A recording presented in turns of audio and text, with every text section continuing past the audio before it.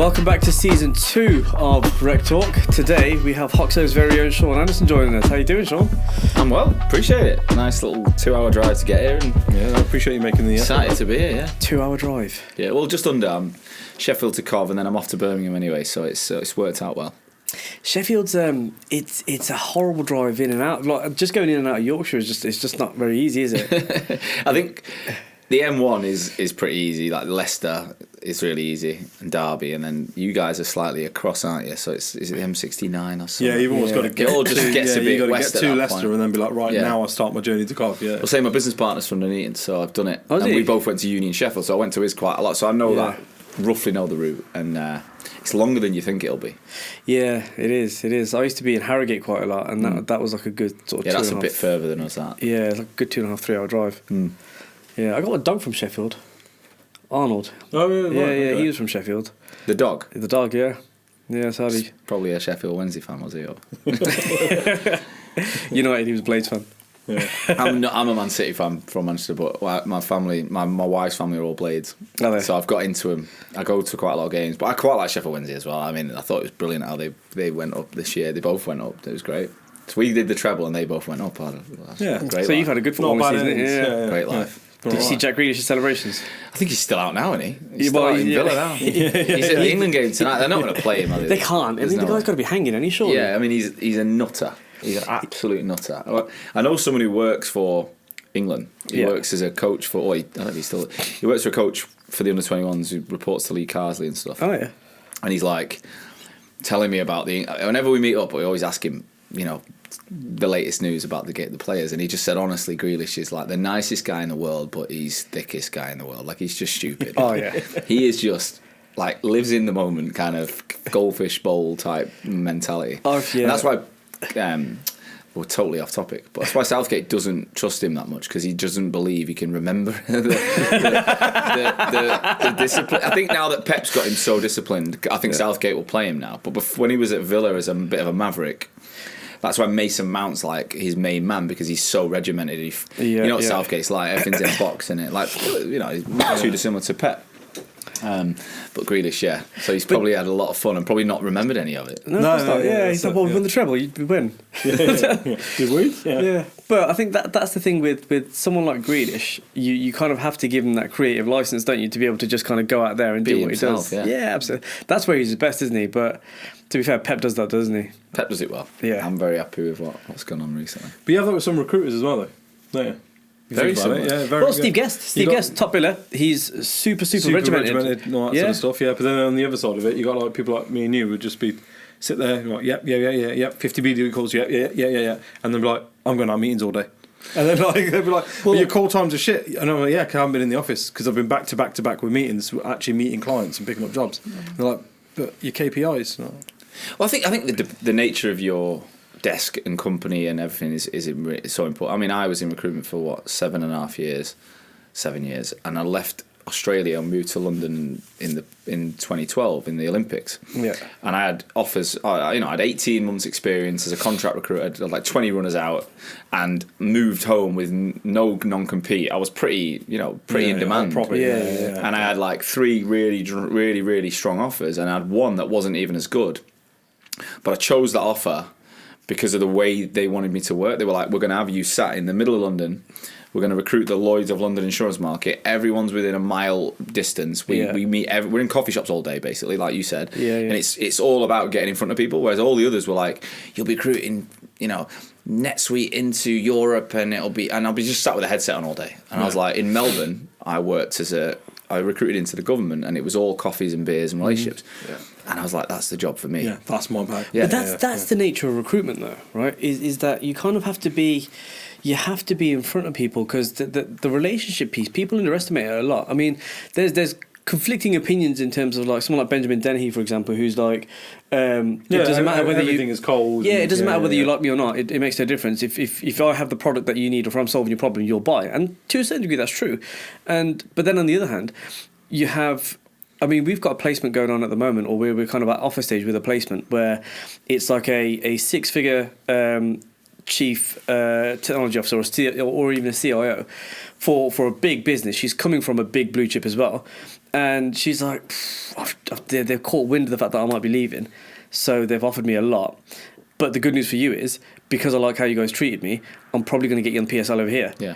So it's like, for me, I'm like, it's a win-win. Whether she goes that side or that side, it makes no difference to me. But the whole thing was built on a relationship. I think if you build your business the way, I don't know the guy was you mentioned, where it's like, you don't have to like me. I think if you build it that way, certain people can be super successful. Good luck to them, but it's just not how I would want to work, right?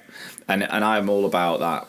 Yeah, I want to enjoy it. I want to get to know people. I want to be friends with people. I always talk about, like, my best clients were my mates eventually. Yeah. My best candidates were like friends, because I used to go beyond recruitment as a conversation. I used to talk about their families and their football, and you want to get to know them.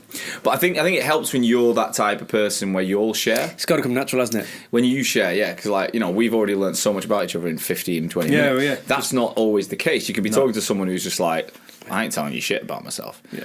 So and a lot of recruiters go into it with that kind of, I can't talk about my personal life. I couldn't talk about, why would they want to know that? It's like, because they're fucking human beings. Because they're people, yeah. That job title don't mean anything. Yeah. And trust me, if someone ain't going to reciprocate, I'm going to stop talk. I'm going to just blindly talk about my life, but I'm going to test it with people. I'm going to see if I can nudge a bit of that in, because if I can build rapport, I'll be remembered for more than just that recruitment process. Yeah, I think it depends on what kind of client you want to work with, right? Because there's plenty of recruiters out there that make a very good living working on that very transactional basis of, hey, you have a vacancy. Hey, I have the candidate.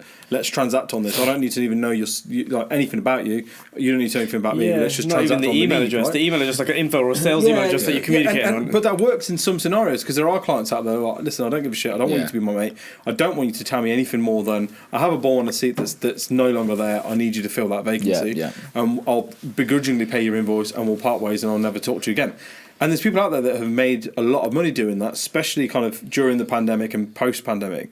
But what I'm noticing certainly on my LinkedIn feed, is the ones that are struggling now, or saying how difficult the market is, they're those transactional recruiters. They haven't got relationships. They ain't got the relationships. All they did was service a need, and that need is no longer there. So now they're out looking for, okay, who else needs a job filling? And, oh shit, there's not that many jobs out there anymore that need filling.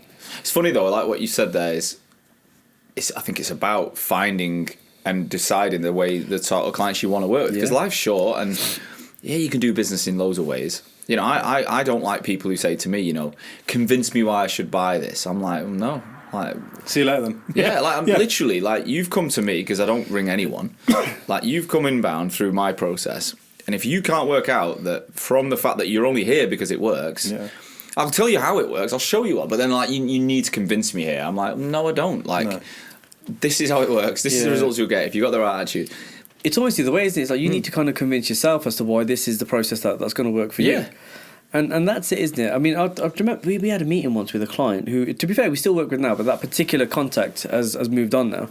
And we were going through kind of our term negotiations, and she was talking about all these different backdoor policies. Remember, she was just like, well, okay, what if, like, you put the candidate forward for this job, and then we 2 weeks later, job title or the working hours, or like, and we were just sort of like, listen, why are you even thinking this? Well, and I said to her, I was like, listen, look, we're here on kind of good faith, right? That we're going to do business the proper way. And if we're going to negotiate on bad faith, this isn't something that we're involved in. And then straight away the procurement goes, no, that's not how this is. That's not how we're trying to work. He basically just shut it down straight away. He's like, look, you provide as a candidate. And I said to him, I was like, look, our introduction to a candidate is to the business, not to a particular role, is to the business. So if you decide to move them from one role to another, that's on you guys. That's not on us. 100%. So I think you're right. It does just, and you've got to put your position out there as well when you're talking to kind of your counterpart. If you're sitting there saying, convince me why I should use you, we're not compatible. If you're there saying, Sean, I've landed on your page, I'm not sure how, but now that I'm here, I'm intrigued. That's the kind of conversation you're going to want. And the ones you work that hard to convince, and you're twisting them like their arms behind their back, like they never work out anyway. They always, it doesn't quite work. It's like replacements, right? If you've got candidates umming and ahhing and you've managed, but it's all right, boss, I got them over the line. Like, no, you didn't. You think you did, but the wind might change direction, or wait till you get that email on Monday before they start on Tuesday. That's going to happen. So 7 odd years in recruitment then, and you decided to jump out of it then. Yeah, it was fucking mental, mate. It was weird. Like, looking back, it was the most ridiculous decision anyone's ever made, probably, in our sector. Like, to go from billing, I was making probably just under $250,000 in a year myself, not billing just under 800 grand and running a contract business of 2 million. Yeah. And my business partner was £500,000 biller. Originally, Hoxo was the recruitment company. Like, we were launching a version of their business, right? Like everyone else does. And I just got so obsessed with how I was going to do it. It was more the how, not the what. I knew what the what was for years. It was the how. I found myself just really, really, really interested in the way in which we were going to work. That like I say, I found I was more passionate about it than actually just doing it. Yeah. And my business partner was like, what the fuck are you on about? Like, seriously, we've just fucking planned to leave for 2 years, and now you're saying you want to do something else. I was like, well, we kind of stumbled upon a happy medium. I said, well, we'll launch Recruitment Hoxo, and we'll do Hoxo Media. And basically, we'll build Hoxo through my brand, and we'll do what we're going to say, but we'll also sell it to non-competing recruitment businesses. Because I had this guy that I knew who was a marketeer that came in as a third in that business unit, and we were like, we'll just sell him out effectively to our peers once we've proven it. And he was like, yeah, we'll do that. Cool. And that's when we quit. That was the plan. And in the fall, we basically realised, well, we had garden leave.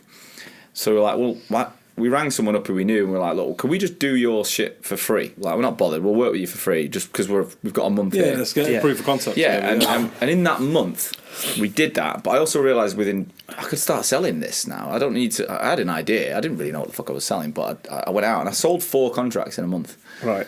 $2.5 grand a month each. So a 10 grand GP run rate per month going in before it even started. Before you even took a sneeze. Yeah. So we both had to take a stock and go. We wouldn't have 4 contractors out at $2.5 grand a month here at this point.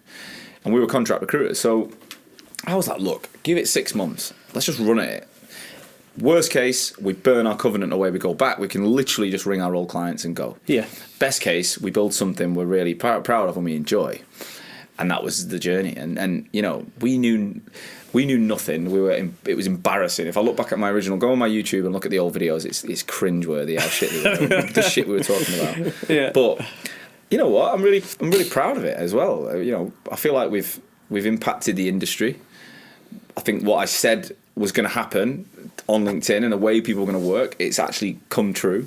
Because back then there was no one producing content in our sector. It just wasn't okay. It was jobs and it was blogs and that was it. It was newspaper articles. Yeah, even now people really, especially in the big corporates, they struggle to kind of produce content because they're handcuffed by the big corporates. Well, we were talking about this before, weren't we? Well, they're not allowed to. Yeah, absolutely. And then they've created these like little social bubbles that are like, and remember the emails that used to ping out there. Yeah. I've just put this post out on LinkedIn. Can everybody like share it? This post out on LinkedIn. Everybody share it. But at least at the end of the day, when I was in recruitment, and not once in my whole career did anyone ever say to me, are you going to produce some content? No one. Never happened. There was never a conversation. I think the marketing manager might have said, will you contribute to this blog? And I was like, I'm busy, I'm on the fucking phone. So it wasn't part of the job, whereas fundamentally now it is part of the job. For most people, they're aware that their contribution to their own LinkedIn is going to have an impact on their business. Some know more than others. Some are killing it and some aren't. But it's fundamentally becoming part of a job. And I think pre-pandemic, I spent 3 years trying to raise that awareness that this is fucking important. But I was doing it more down the route that we want to talk about, which is about your company needs to invest more in marketing as a company. That was the play I was pushing. What I realised in 3 years up to the pandemic was, one, that doesn't work. I literally think it's bullshit what most people are trying to do at a marketing level in a recruitment firm. And two, that actually all the stuff I'd done to get the message out was actually the bit that people needed to do. It was the personal bit. It was the bit that it's the individual contribution that's got the most impact. And then since then, personal branding. Yeah. That you. Well, since then. Well, yeah, I hate the term, and I hate the term because people that have been doing it properly, or what we now call personal branding, have been doing it way before that term was coined. 100%. And now you've got people that are like, oh, I'm a personal branding guru. I'll show you how to make your personal brand on LinkedIn. And it's like, listen, you can either you either do it or you don't do it, right? And those who have been doing it have been doing it. And there's people out there that... See, I do disagree with that. No, which, yeah. I think there's people that have been doing great things offline. Like, I was an offline recruiter. Like, have a look at my job. I was billing 765 grand or whatever from beers, relationships, coffees, lunches, word of mouth, phone calls, DMs, emails. Not one bit of content. And I did really well. Would you not define that, though, as like one-to-one content? Exactly, but it's still offline. Yeah. So the value I offered everyone was captured like this: 1-on-1, 1-to-2, 1-to-3 in a meeting. That was it. Yeah. Whereas what I realised in the early days of Hoxo is I could take me and my passion and my knowledge and the things I'm saying right now. The reason you've got this podcast right now is because you want this to go to beyond the three of us, right? Yeah. And as soon as you can take your message online, the game changes, because you've got an infinite amount of people that could listen, who could, for free, could be part of that conversation. So I believe that I call it an online recruit. I don't even use the term personal branding anymore, because I agree it's a bit of a buzzword that people actually hate. Whereas I believe it's becoming an online recruiter. Having a LinkedIn profile open is not enough. The industry all have LinkedIn recruiter. They're open. They're on it all day. They send in mails. That's not being an online recruiter, because the value lives offline. Mm-hmm. Now, if you can start contributing value online, your offline just gets easier. Mm-hmm. Fundamentally, it's as simple as that, in my opinion. Yeah. Okay, so if we were to compare that, so let's go back to kind of what you were doing, which was just phone calls, meetings, coffees, beers, all that sort of stuff, right? Yeah. So would you have generated the amount of revenue that you generated, the 750, 800k billings, with your current process now? Well, I've done more than that on my own in the last 2 years. I've done 2 million a year. So yeah. But is that not so? Is that totally brand new clients versus existing clients that you already had? Because what I'm trying to do is I'm in a different world now, but I'm able to generate 2 million a year now, whereas I couldn't do that in my old job. And I'm not picking up. I'm not doing the same. I'm not outbounding. I'm not having to do the hard work I was doing. Right. The way I look at it is like, if you're prepared to still make that same effort, if you're still prepared to pick up the phone and still prepared to send out messages and still prepared to want to meet people, you don't change those things. But if you can add a layer on this top, isn't a this. It's not continue doing this. Yeah. But how about adding a bit more value and do a bit more of this? Exactly. Yeah. But if look, I'm picking up the phone to someone going, look, my old pitch used to be, we don't know each other. I know your business. I know exactly what you guys do. I already work with your competition. I know 3 people who you know. I think it'd be mutually beneficial for us to know each other. I don't want a job off you, or I'm not trying to get a job for you. I think it'll be mutually beneficial knowing who you are, looking at your profile and hearing about you, for us to know each other, right? And it worked really, really well. But if I could go in and they would go, oh, you're Sean Anderson off LinkedIn, I've seen you. Mm-hmm. I know who you are. I've already got a trust reference point. They never had that. So I know my 30 calls where I might have got 10 decent outcomes. I would have got 15 or 20. For a fact, because there's that many people who are like, I've never heard of you, I've never heard of the business, I'm not giving you any time, I couldn't give a shit. So it's about scaling the opportunity. It's not about changing the methodology, it's scaling what you can do. Again, this podcast is testament. You're able to reach people throughout the UK, throughout the world, that you could not reach. You would never, in a lifetime of trying to get rec tools out there, you'd never get on the phone to. You just couldn't do it. You wouldn't have the time. You wouldn't have the. Sorry, my phone keeps going a bit again. That's flight mode. It's all right. So take it. We're all listening. It's some US number trying to sell me some shit, so you wouldn't want to hear it. Sorry, God, just got to close. Again, I don't trust them. I'm not even going to answer it. So there you go. I think you bang on, because the real life example for us is like someone like Benjamin, right? So Benjamin Dennehy, world's UK's hated sales trainer, all that sort of stuff.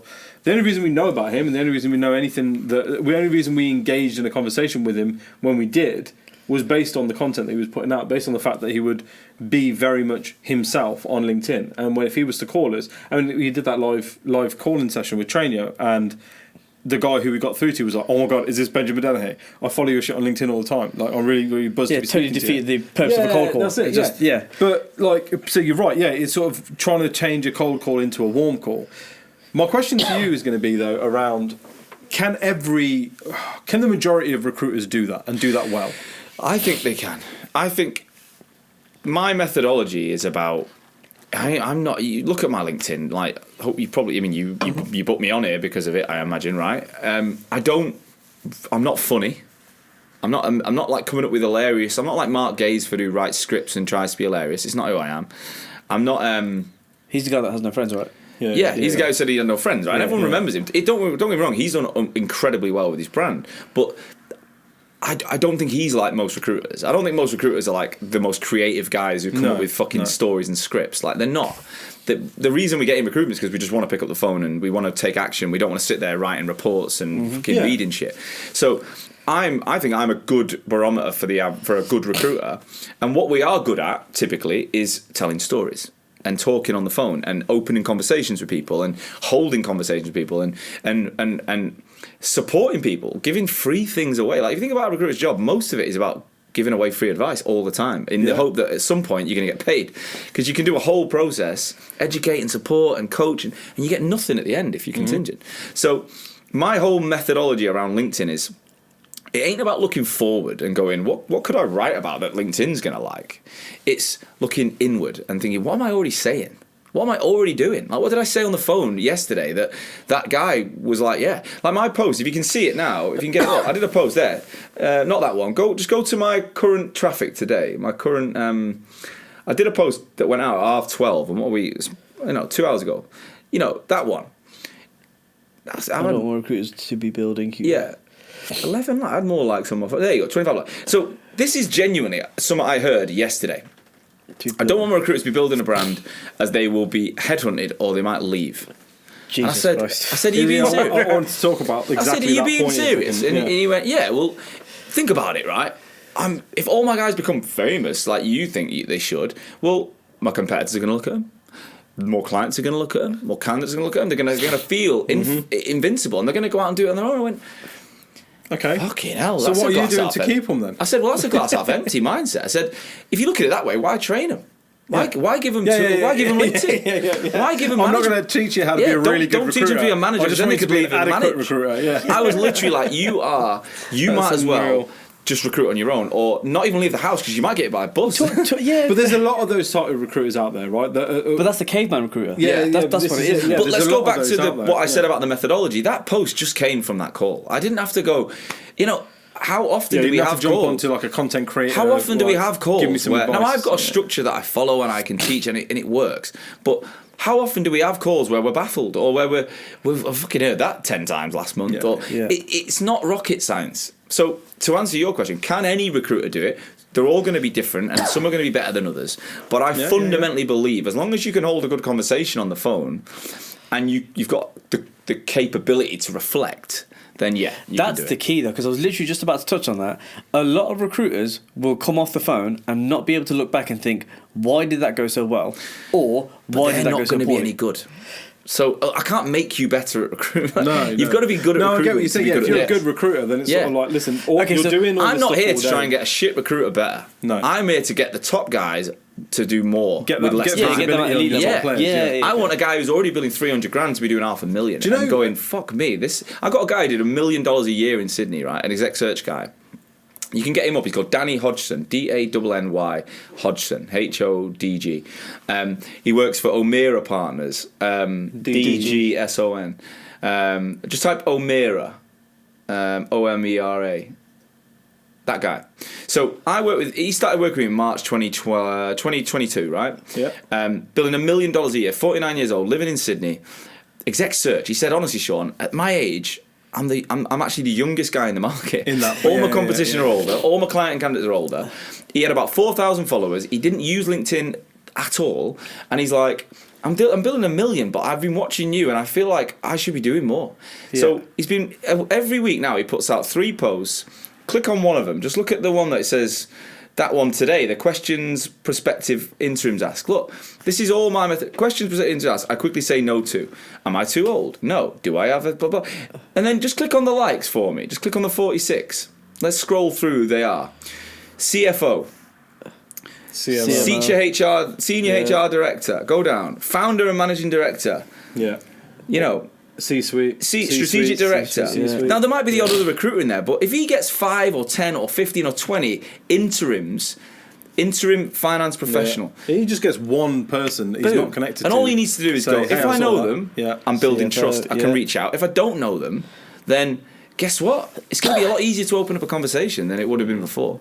Beautiful, yeah. No, Yeah, and actually that's a really kind of fair reflection then of the methodology, isn't it? Because actually a lot of, I would argue, maybe 50, even if not more % are relevant. His market. So let's take Danny as an example then. Because social anxiety on posting on LinkedIn is a real thing, right? There's a lot of people out there that are like, I've been on LinkedIn for 5 years, I just lurk, I never comment, I never like, I never do anything because I'm scared of like the humiliation, or ended up on like Reddit, like LinkedIn lunatics or something. How, if at all, do you think that can be coached? And look, there's 3 major problems I face and solve, and number one is what the fuck to write about. I haven't got a clue where to start because no one's been trained in this. I wasn't trained in this. I had to learn it myself in 6.5 years of doing it. The second is that what will people think? It's confidence, it's imposter syndrome, it's fear of Armageddon. I'm going to be fucking homeless if I lose my job. And then there's time. People think they're too busy, right? I'm so busy, how the hell am I going to fit this in? And they also don't value it. They see it as an additional task. You're already asking me to be a recruiter, now you're asking me to do that as well. They don't put the two together. So I've developed a system myself, which I use, which I call it the 3X system, and it's 3 30-minute slots a week where you follow a plan. You just follow a process. And I do it every day, but I teach people to do it 3 times a week. Like going to the gym, I think going from 0 to 5 is unrealistic, but Monday, Wednesday, Friday, half an hour, you can just knock it out of the park. And we look at different things from the mindset, the process, how you create content, how you structure it, and all those things. So the social anxiety one's always a big one. But again, it comes from this. I think as humans, we're naturally predispositioned to see the worst first. You know, what will go wrong is always first. And that comes from being, our ancestors would have to survive by knowing if a tiger was in that bush, I'm fucking running. The idiot that didn't spot it got killed, right? So we've evolved as human beings mentally to spot danger first. That's just natural. And some people are more than others. So I can't change that. Well, it's the caveman recruiter guy who's just like, all my guys are going to go and become immediately. Exactly his mindset was fear. Like, my guys are going to fuck off somewhere else. So what I do is I always go, well, all right, let's get it all out. Say it all. Like, just tell me everything that could go wrong. Cool, and then let's just flip it for 30 seconds. What could go right? And let them. And as soon as someone can say, well, I might get a client like Danny, like a CFO might see that. Yeah. A candidate might come in, a client might actually recognise me when I phone them. So we start to work out the balance, and they might still be a bit more negative than positive. And then it goes back to what I told you before. If you are saying the same thing on the phone as you are on LinkedIn, how can it go wrong? Because you're fucking up on the phone then. Do you know what I mean? Yeah. You're already screwing yourself anyway. And it didn't go back. That's why I don't do the Mark Gaisford stuff. And no offense, I think he's brilliant, by the way. It's not about him, but he's the best example. I don't go to a place I don't know because of the fear of, if I don't know about it, it's like I don't talk about politics because I know jack shit about politics. I'd never talk to you about cricket in depth because I know nothing about cricket. I could get in a real black hole there. Whereas if I stick to what I know and what I'm already talking about and things I can prove, tried and tested before. Things that you're an expert in, effectively, My life, my knowledge, my track record. They're the 3 things that are my content plan, and that's what I teach people. How to be personal or entertaining based on your personality, how to share the value you already share, and how to talk about your track record in a way that you don't come across like an arsehole. If you get those 3 things right, you'll win. Simple. Okay. So how, because you talked offline earlier about marketing and recruitment and how the two don't really kind of connect. Traditional forms of a digital marketing, So if we look at marketing and recruitment, and I know there's loads of suppliers out there and this isn't an attack on them. No, it's not. I mean, I did it. Hoxo for the first 3 years used to go into a company and go, what we're going to do is we're going to take your company brand online, we're going to produce all this content, we're going to nurture your audience, we're going to get leads into your system, we're going to nurture them, and then we're going to serve warm leads of people that are interested to your recruiters, and they're going to run it, and they're going to be able to pick up the phone and go, hey, you've been on our website, you've downloaded that content, you've engaged with us, let's have a chat. Theoretically, it works. My business is built on that. Hoxo, one audience, recruitment organisations, we have so much to offer, they engage with us. If someone's been on my website and been to my events and downloaded my shit and we ring them, it's a pretty easy conversation, right? So it works, and every tech company on the planet is invested in this, and whereas it works because of the landscape of audiences you're after. So I know I work with recruitment firms, and that's it. Now, there's different sizes, different locations, but ultimately it's one audience, one industry. I'm actually not interested in talking to a consultant who's got no buying power. I don't really go after the big boys. I work with like Robert Walters and Adecco, but that's come from one guy who engaged with us. I go after that, boutique recruitment firm who wants to change, who wants to be like that. Like, there's a clear persona, that's it.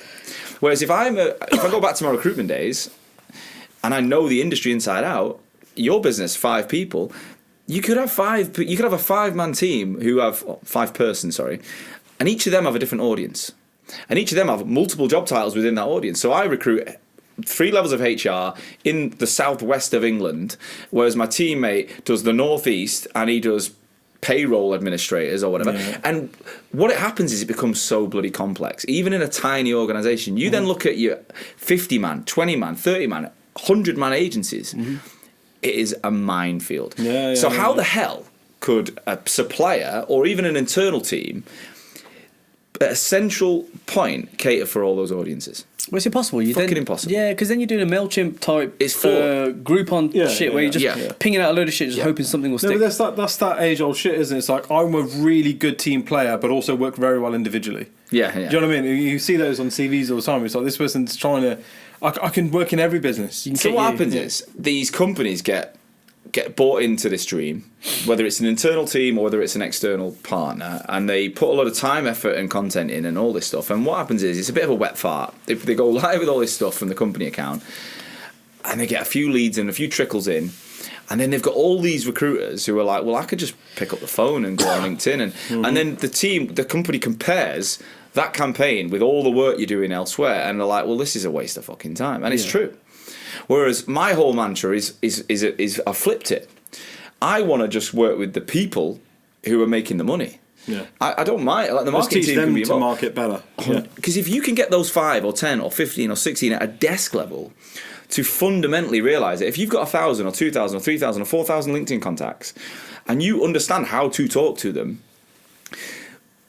we're in the game, because everyone in our business then is marketing to the right people and talking about the right things. So if we've got 50 people and every one of them has got the right connections talking about, and they're building that connection base in the market and they're replicating what they're saying on the phone in that space, then our business is marketing in every direction we need. And then you can still have your glossy marketing bits at a company level, the anchors, the bit, because if all these people are doing this great stuff and then your website and it looks like shit, then you're going to let yourself down too.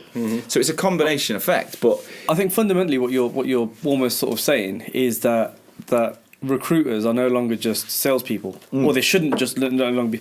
They've got to be marketing people as well. In the same way, because if you think about it, recruitment in its essence is very, very marketing driven anyway.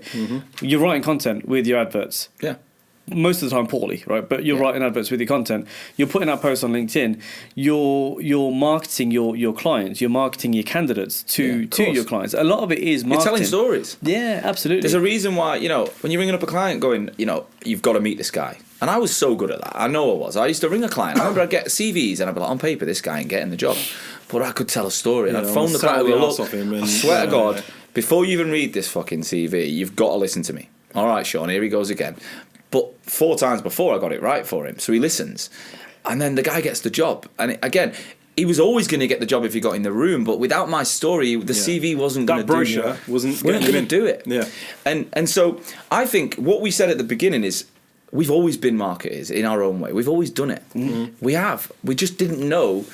99% of our industry does not know how to translate it online. They don't get it. So they go to SEO and they go to writing blogs and they go to all this crap that gets sold by suppliers in this industry, and then it doesn't work because it's not built for the industry, and then they decide, well, marketing shit, and they put it in a bin and then they don't do anything, or they buy the next tool and it doesn't work. Well, I'm that guy. You fall into that I'm that guy because my opinion of marketing has always been very, very kind of negative in that I always like any experience that I've had with marketing when I was, even before I was in recruitment, I'd try and get marketing involved in stuff and they just spiel me a load of shit and it's like, this didn't work. Where's the actual return on kind of whatever you put out there? There isn't any. And then when you ask for the return, it's like, yeah, well, I mean, you've got to give it time for it to work, and it's got to get the right outreach and blah, blah, blah. And it's like, all right, but in that time of waiting for your campaign to work, I could just bash out 20 calls. But this is the bit this is the bit, it shouldn't be one or the other.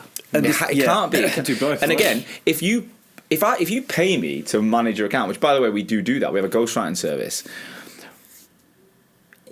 there's a different level of service around that. But trust me, it's much harder in that product to satisfy someone, because we're doing it for them.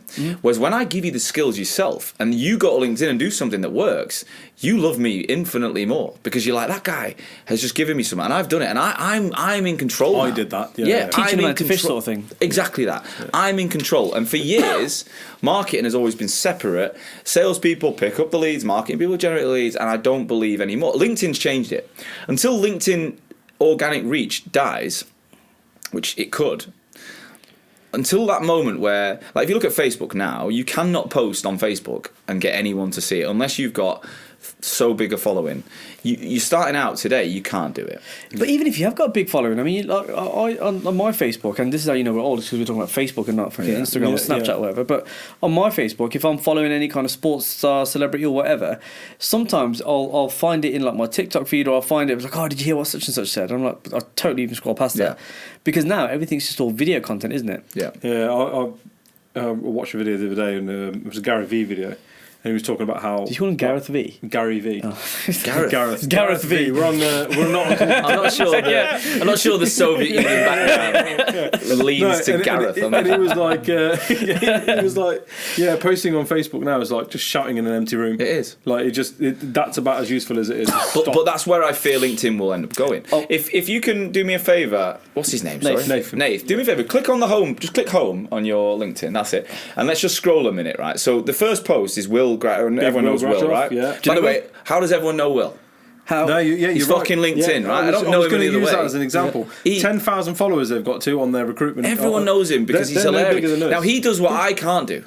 He does the funny videos and he does them well. Yeah. He's another example. It's because he's just a naturally funny and he's got a team that are willing to do it. But let's look at this. Right, stop. So the next post, every single time, is going to be a company with a promoted ad. Look, Jaguar there. Yeah. So stop a second, Nave. First post, person, for free.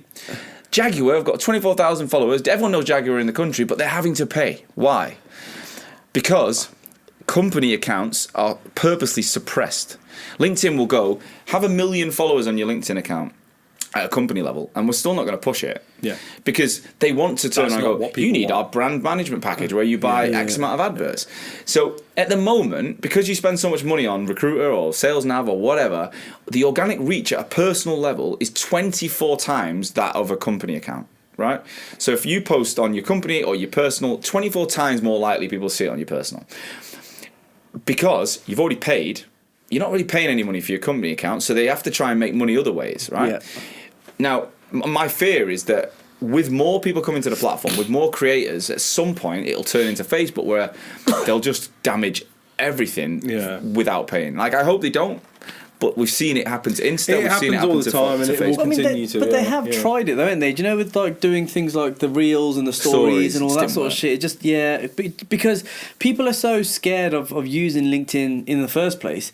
To then put your face on it, or to then put a video up there.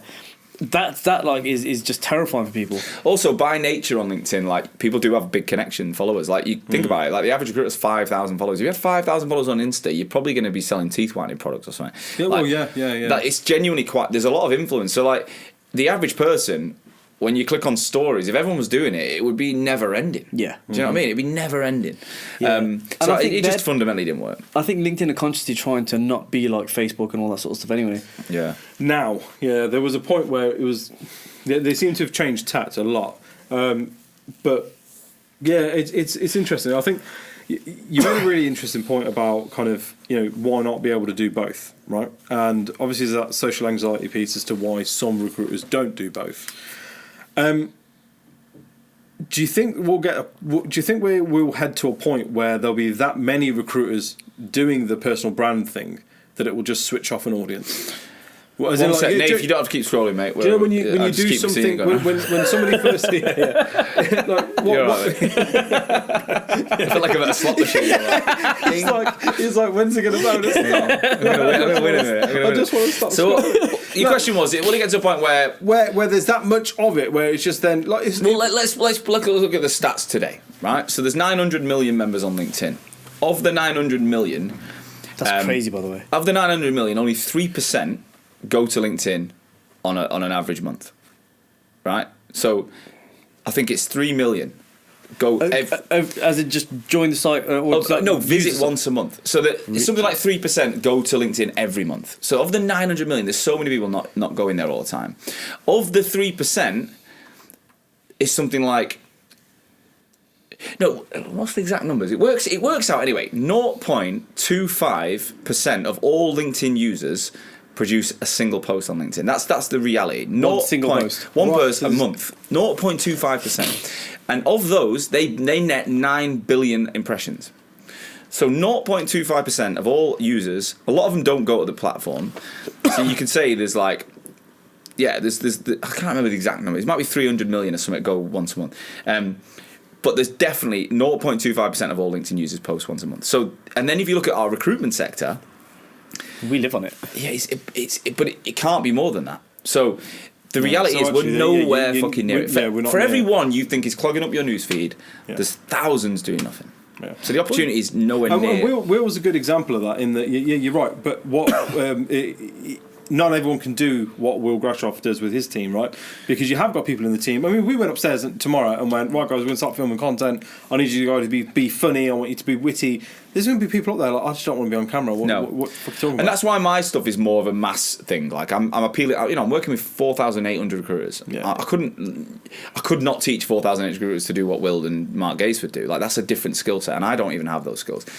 I'm working with the majority of people like me that are normal, good communicators, want to get on in their career, genuinely are interested in doing more, and can translate a message that they said yesterday in a simple format. Yeah. I don't even teach video content because even though I love video content, it puts loads of people off. So until you've nailed 3 to 5 posts a week written, why go to video? You're going after that substrata of people who are like, I'm great at my job, I know I need to be doing more on LinkedIn, I just don't really have the framework or the how to do it. Yeah. Give me the how, give me the framework, and once I'm good at that bit, then I might have the confidence to be like, do you know what, fuck it, I'm going to record myself this time. 100%. I'm going to do that on this way. I also think that to answer your question about what happens if everybody does it, I think that just kind of scales the entire process, then, doesn't it? Really, it doesn't make. I don't think you've run out of people to sell to. I think all that will happen is you then will just end up having a really focused market. So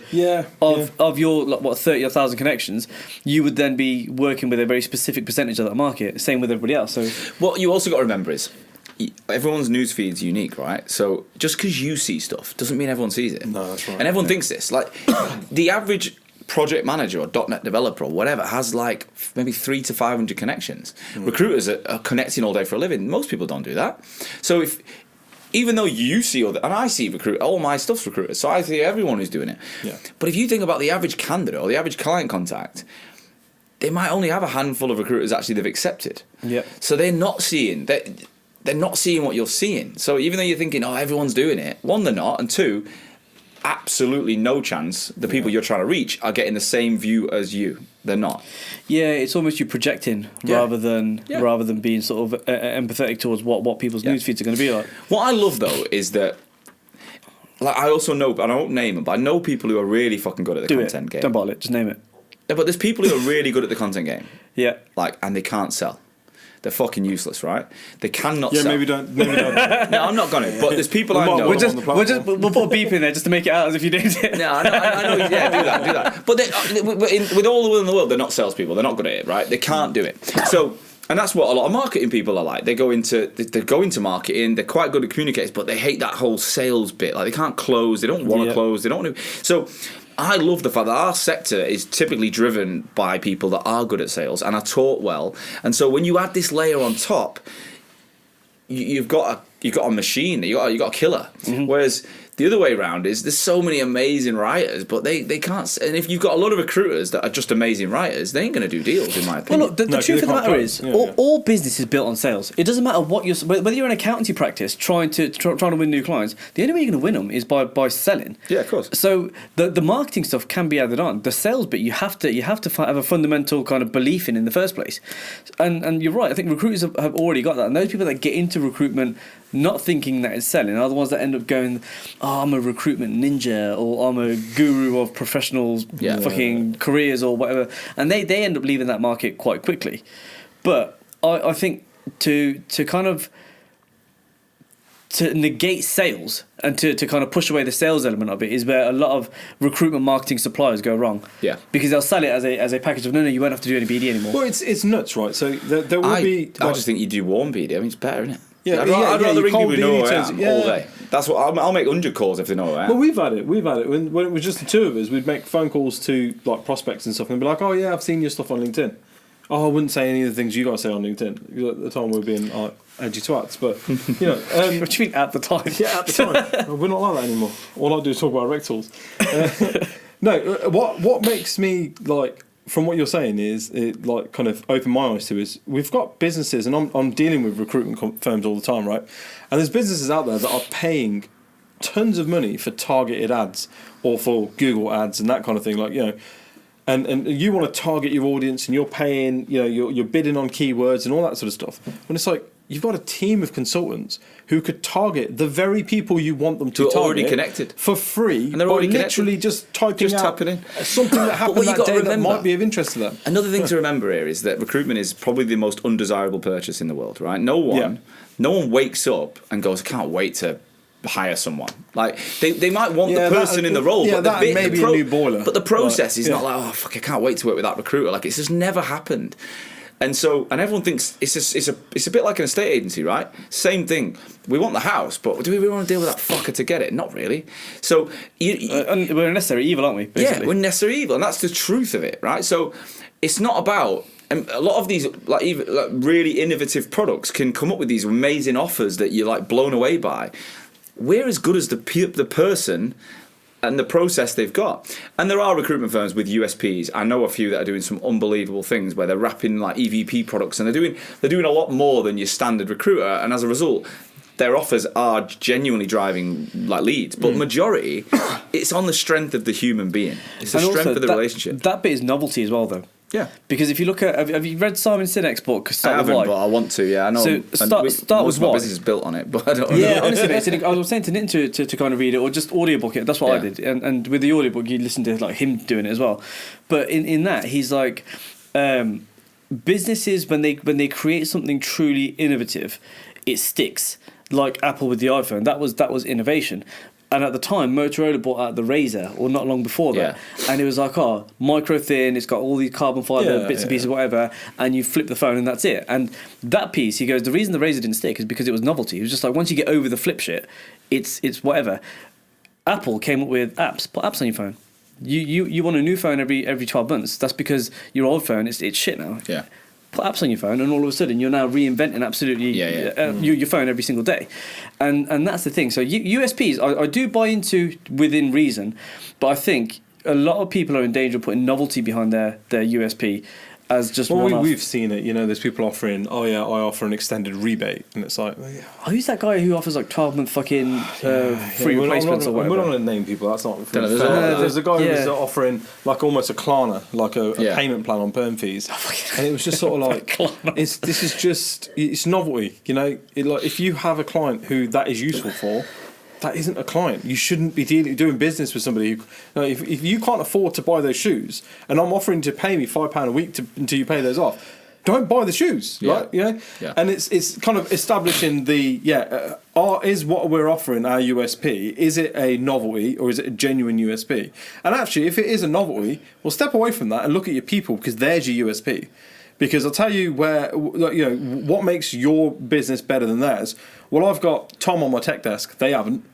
And Tom's really good at X, Y, and Z. As you can see from his LinkedIn, he's in his market. He knows his shit. But again, right? But then it all comes back to if I sit in front of a client and I say how good we are, and I can go to LinkedIn and I can just go, here's 3 of my consultants, and look at the people that are engaging with them, and look at this. Yeah. Look at the. There's a lot of value. I've got so much more weight than if I just tell you a story that I can't back it up. And in the old days when everything was on the phone and you didn't have those opportunities, it didn't exist, so we didn't have to do it. Whereas now, this new available, it's there. Like, so, I just think use what's available to you, as well as stick to what's worked and put them together, as opposed to trying to do one or the other. So can you future-proof that though? So we touched on sort of LinkedIn possibly going down the route of like videos or kind of overcrowding themselves.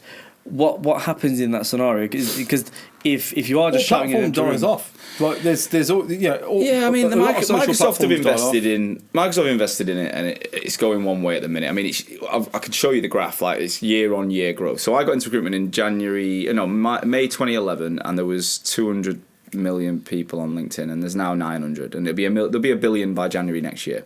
And every year it's grown by between 50 and 100 million. Like, it's just growing. Now that's going to run out because there's only a finite amount of people on the planet, but I don't believe that's going to be contributing to the platform disappearing.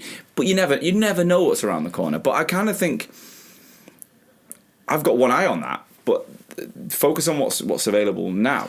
Also, I suppose the for most people who aren't doing this, don't worry about when it comes down. Focus on what if you're not making the most of what you've already paid for. Well, this is it, right? Every time something like this does disappear, MySpace disappeared, but Facebook took its place. So you can migrate platforms. So if LinkedIn 2.0 come along and it's slightly different, the principles of marketing have been the same since billboard ads, radio, TV, LinkedIn. It's all the same shit. People are like, but what?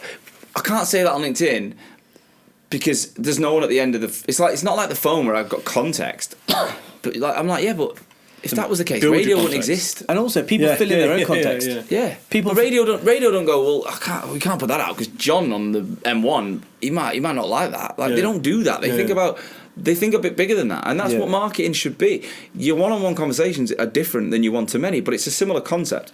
I just think. It's a bit like AI, right? We've not spoke about it. I was at an event a couple of weeks ago, the Power Hive. It was a wicked event, right? And I'm sat on this panel, and I'm not an AI expert. There was some really cool people, like the guy who Source Whale, Matt Comber. Fuck me, that guy's smart. And the shit he was going on about, I was learning myself. Yeah. But at the same time, I was operating from a position of, I'm quite similar to the owners in the room, and I'm looking at their eyes, and they just look frightened to death. And I'm like, you're taking people who still haven't mastered putting data in their CRM. Right? They haven't mastered it. They haven't figured email out. They definitely haven't figured LinkedIn out. And you're trying to get them to adopt AI. I'm like, unfortunately, AI is going to change things. ChatGPT is a really simple usage of AI. Get on with that at the moment. Let other people be worrying about the big picture. You just worry about what you can control and that you think you can handle. Because anything could happen in the future. Like, I genuinely think our industry is so much further behind others in so many ways, but so much further than others in a lot of ways. Like, not many industries have an army of people that will go out to market and make things happen, and we need to keep leaning on that. That's a really interesting point, isn't it? Because actually, if you look at loads of other industries, what you don't have is the people at ground level. Like, you look at retail, you haven't got people at ground level going out there dragging people into stores, have you? No. It's completely reliant on everything that these people are talking about. But just take one step forward. Like, that's my whole mantra is, it's really simple. Take a step forward. Go and make the most of what you're already doing. Go and connect with more people. Go and engage them. Go and find the leads that you've already got them. You don't know where they are. Worry about the bigger stuff later. Like, you don't need to. No, okay. And that's usually the bit where I'd ask you for final thoughts. But I think that's a pretty solid. Final thoughts is, genuinely look at a couple of things, right? Number one, how many phone calls do you actually have a day these days? They're getting less and less. Like, the average is between 5 and 10. Mm-hmm. Look at all your training you've had. It's probably been phone based and leadership based. That's what our industry trains, right?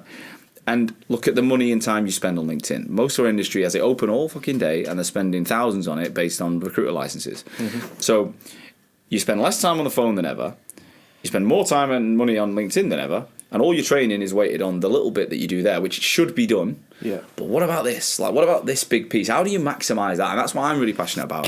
It's about maximising that, not replacing this. I love this bit. It just moves the phone further down the activity chain so that more people know you, more people understand who you are. And it'll encourage people to be on the phone a lot more as well, though, because if you are picking up warm calls 100%. Rather than the cold calls. My diary every day is back to back. I've never got, if it isn't, it's because I've chosen it not to be. Yeah. And it ain't because I'm this guru. It's because I focus on the warm opportunity. I focus on speaking to people. Well, the concept of the whole branding thing works in that I've reached out to you over LinkedIn, having never spoken to you before, and gone, Hoxo, I've heard of Hoxo. But I knew you. I'd recognise you guys. I'd seen it. And I've gone, I want it on the podcast. If you were some random, I've had some Indian CRMs message me about being a partner, and I'm like, I've never even heard of the CRM. I've got no idea. And right now, I'm too fucking busy. I'm sorry. No offense, but I haven't got a headspace. But when you do recognise a brand and you know they're going to be around for the long term, and you think, oh, why wouldn't we invest in this? Yeah, no, makes sense. We appreciate you making the journey today, mate. Well, just wanted to touch on the Hoxo, what's it, the program as such. Then, so if there are kind of recruitment businesses out there that want to get in touch with you, that want to kind of understand what the program entails. If you've got a business sort of our size, 5-10 people in there, how does your program work then? What does it run Cool. on? So if we just go back to those three things originally, was what the fuck do I talk about? Yeah. There was the confidence and there was the time, right? Yep. So what we do is we give you the skills, support, guidance to conquer those things, and we do it by. There's a number of things. First thing is we give you a platform that you get lifetime access to and that's my IP, and you can watch that over and over again, and you can nail through all the content whenever you want. We give you a success coach who will work with your team and understand you guys, and will meet you strategically and make sure you're getting the ROI from everything we do. And then personally, I will coach you for 6 weeks. I'll give you an intense 6-week program. You'll be on there with other recruiters. It's not just you, but it almost shows you how valuable this shit is when there's thousands of recruiters around the world contributing, and they're on. I've got guys in LA in the afternoon and Sydney in the morning, and and I will take you on a journey in 6 weeks to getting out of your own head, evolving your profile, speaking and getting used to content creation, and the best bit is following up. It's spotting those inbound opportunities and turning them into sales opportunities. And in 6 weeks, it's a bit like learning to drive. I could give you the whole thing in a document, or I could teach you the whole thing in a half day. Yeah. Like loads of these people do workshops in half a day, and I'm like, fucking crash courses don't work, right? When you learn to drive, you learn your feet, you get them wrong, you learn your mirrors, you forget your feet, and before you know it, suddenly it just flows. And that's what I break it down once a week for an hour. I give you things to do. At the end of you come back the following week. It's in your diary every week, and by the end of it, you're like, wow, it's actually really simple. It's working, and I mean, I've worked with 4,800 people now, and it's working. So simple as that, really. But the best bit about it as well is I'm always on. So I do 6 cohorts a year. If someone likes your business buys in, so what you do is you invest in the program, you get access to the tech for life, and then you just put your people through the training as and when you see fit. So you might only put 1 or 2 on the first cohort, you see the results, and you're like, shit, let's put another one on. Mm-hmm. And you're only 8 weeks away from the next one. Yeah. So, and as you grow and you lose people and you hire people, time to bed in. Yeah. But you've got a scalable, find their feet, you've got a scalable solution. In their first couple of weeks, you can go on the videos and watch them. Yeah. But when we like this person, go and meet Sean, go and have some coaching, go and get a success coach, because then they can ask, they've got their own logins, they can ask questions, they can every week we run workshops for life that they can come to. Mm-hmm. So it's about, we want to grow with your business, but we're not like desperately asking for everyone right now. In fact, I've done it before where I took a whole business, like 100-man team onto the first cohort, and you get some really good people and you get a lot of negheads who are like, oh, I don't want to do this. They've been told to do it. So actually now I refuse to work like that. I just say, give me the people who genuinely are interested, and we'll prove together that the rest of you should be looking at this. Yeah. And also they'll be ambassadors of the entire process and the product anyway, won't they? Once they start seeing the success of it. Yeah, exactly. So that's it. So how do people get in touch with you then? LinkedIn? Yeah, always. Email? LinkedIn, if you go on our website and you look at the academy, click the academy link, and then you can fill a form in, and that'll automatically, you can book in straight into my team's diary. But if you just want to DM me, and we can do it that way. Easy enough. Sounds good. Cheers, guys. Thank you very much. Appreciate you coming on. Yeah, thanks. Pleasure.